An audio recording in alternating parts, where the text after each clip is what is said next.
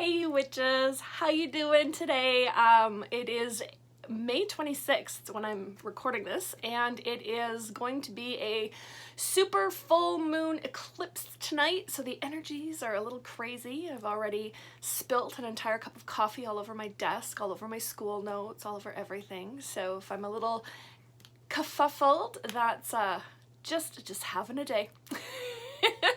For those of you who are new around here, my name is Taya. Thanks for joining us on this channel. And for those of you who are returning viewers, maybe coming in from another video, welcome back. And please do consider subscribing. It's a great way to help us build this little community of like-minded people, and I'd love to have you.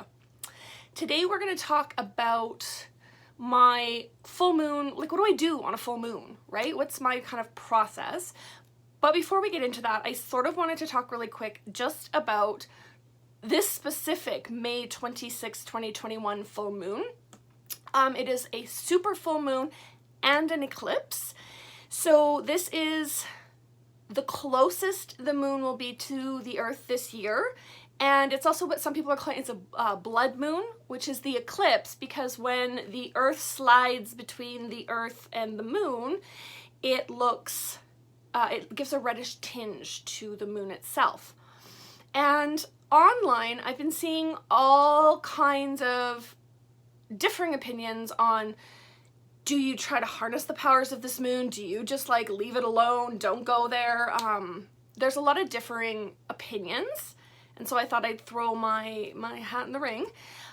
They are strong energies. There's a lot going on tonight, and that definitely brings a very strong energy to it. And I think you need to look at it from a historical perspective.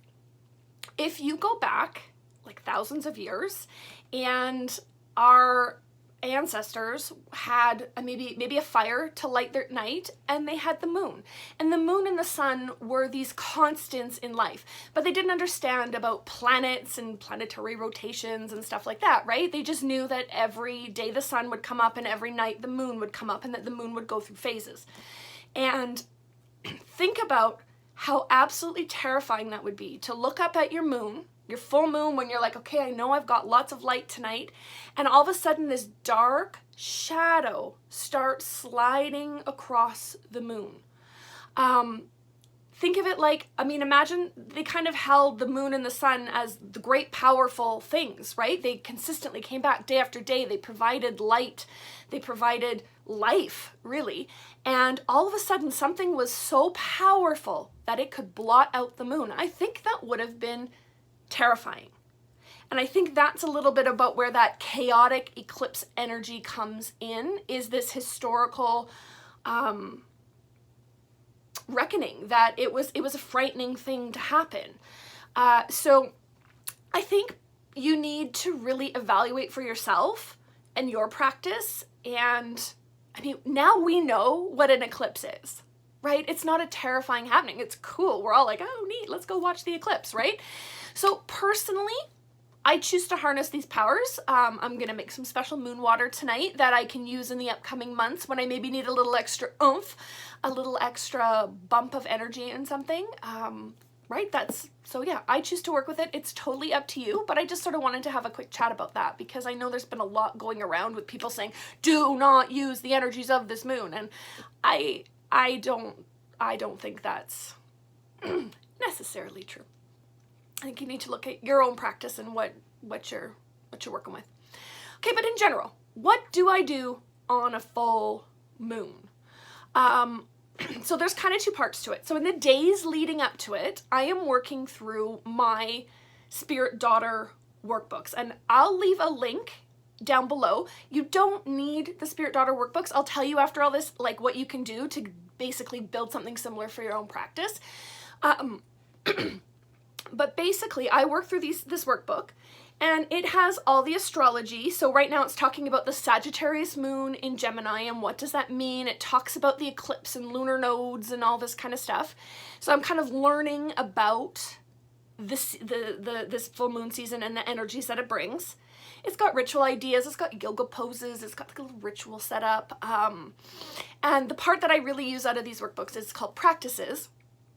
And it's 10 questions that help you delve into the moon's energies.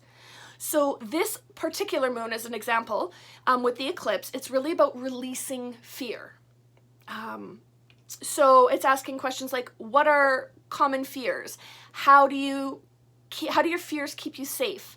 How can you confront your fears? And then it builds, there's 10 questions, and at the end it comes into what leap of faith is calling you right now, and what would you do if you were no longer afraid? So they're kind of like journaling exercises, and what you do is you work through them all, and then afterwards you use sort of your responses to the questions to create affirmations for yourself. So really what I'm doing in the days leading up is I'm learning about the season, and I'm coming up with these affirmations. And then the night of, so tonight, I'm gonna make some moon water. I'm gonna do that. I'm gonna charge my affirmations, right? I'm gonna write them out, and I'm gonna charge them under the energies of the full moon. And this also comes from the book, is I'm gonna do a tarot reading for this moon. So for every moon, there's a tarot reading that also relates back to those journaling questions. So just to give you an example here, let me find it in my fancy book of goodness. So this is what it looks like. It's the Sagittarius moon, and it's all kinds of information in it, but the one that I tend to use as part of it is this page here, and it's a card reading, and it says, what energy will help me realize and confront my fears? What energy will help me step out of my comfort zone and into my potential? And what energy will help me understand the higher meaning of everything that occurs in my life? So I will do that reading tonight with the full moon, with my affirmations. These are kind of going to build and support my affirmations, and just do my card reading. And really from there, what I'm going to do is I'm going to bask in the energies of the moon, and I'm going to take those affirmations and head out. I don't do a whole lot on the full moon. Now, if I have a specific spell work to do, I might add that in as well. But typically, it's pretty simple. I just kind of sit, I honor the moon, I charge my affirmations, I do a tarot reading. That's about it. Now, I will leave a link in the description below to the Spirit Daughter Workbooks. I will also leave a link back to my new moon ritual, because it's a little more detailed. What I do at the new moon, I actually work more with the new moon than I do with the full. But here's the thing, guys. You can find similar ideas to this online and build it yourself. You don't need to go and pay for a workbook every month. You can find, just Google, right? Personal development questions for, right now for the Sagittarius moon, for whatever the specific moon is. Google affirmations for Sagittarius moon, or whatever the specific moon is. Do tarot spreads for the Sagittarius moon. You will come up with a wealth of information that you can just put together yourself. You don't need to go out and get workbooks. I mean, I'm lazy and I just want it all in one spot.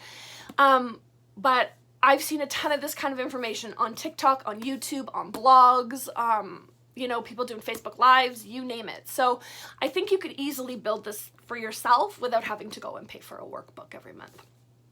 But if you want to, I will leave that link below, as well as the link to my new moon video, because, that was just a little more detailed. But yeah, for the full moon, mostly I'm just enjoying the energies, charging some affirmations, and doing that tarot reading.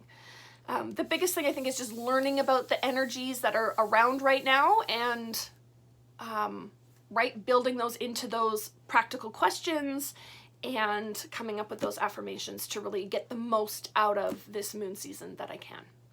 So what do you do for the full moon? What are your plans for tonight, or if you're watching this afterwards, what did you do for the full moon? Drop it in the comments. I'd love to know what everybody else gets up to, because it's always fun to sort of compare and contrast our practices, right? Otherwise, I will check you in the next video on Saturday. All right, thanks so much, guys.